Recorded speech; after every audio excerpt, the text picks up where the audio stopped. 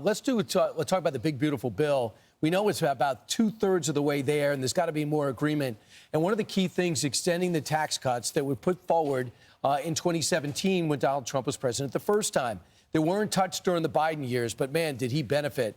The IRS did a study and revealed just how much the Trump tax reform have saved everyday Americans. They estimate tens of millions of filers have saved thousands of dollars because of the reform law, savings that are now at risk if they fail to extend the tax cuts. And, of course, add things like no tax on tips and Social Security. But look at these numbers, guys. Yeah, the tax cuts expire at the end of the year, and these were implemented in Trump's first term. So from 2018 to 2024, if you made $50,000 to $75,000, you saved $6,300. If you made $75,000 to $100,000, you saved $8,300. If you made $100,000 to $200,000, you saved $13,500. So that money goes into the economy, in theory. But don't you think releasing data like this goes against everything what the mainstream media as well as a lot of the progressives are saying, which is the tax cut was only for the rich? When you look at the numbers, that's just not true. And the American people felt that. One of the things that I was looking forward to so much was the decrease in the corporate tax rate, because you don't want to demand that companies come back. We don't do that. Yeah. But we want to make it a place where you can tell your shareholders it's in our interest to bring our country back manufacturing here. Now for tariffs.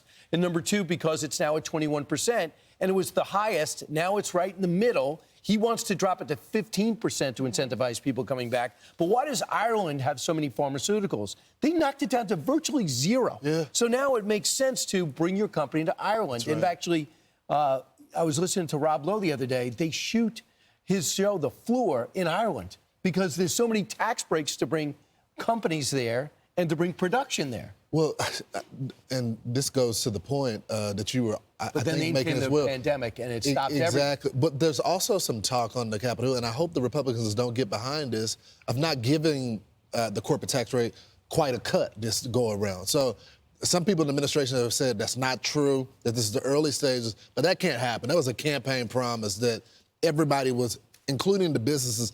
And you got to balance it out with these tariffs as well. Some of these companies are going to be hit hard in these first couple of years. You got to give them a break. And some of these states give breaks to companies. Hey, you come to my state. Happens all the time. Yeah, exactly. No taxes. Or if you come to my state, fewer taxes than most companies, to try to get these big businesses to move into their areas. That's why certain people, even network anchors, move to Florida. Of course. Because the zero tax rate. I don't know anybody in particular, but I'm just saying generically. How about all of prime time? Right. Yeah, absolutely. Every single person on the rundown except for Jesse, and he can't because he has the 5. Right. Also, but theoretically, we want to use it. Right. But I would say this: the shortstop used to be a shortstop of the Yankees, goes by the name Derek Jeter.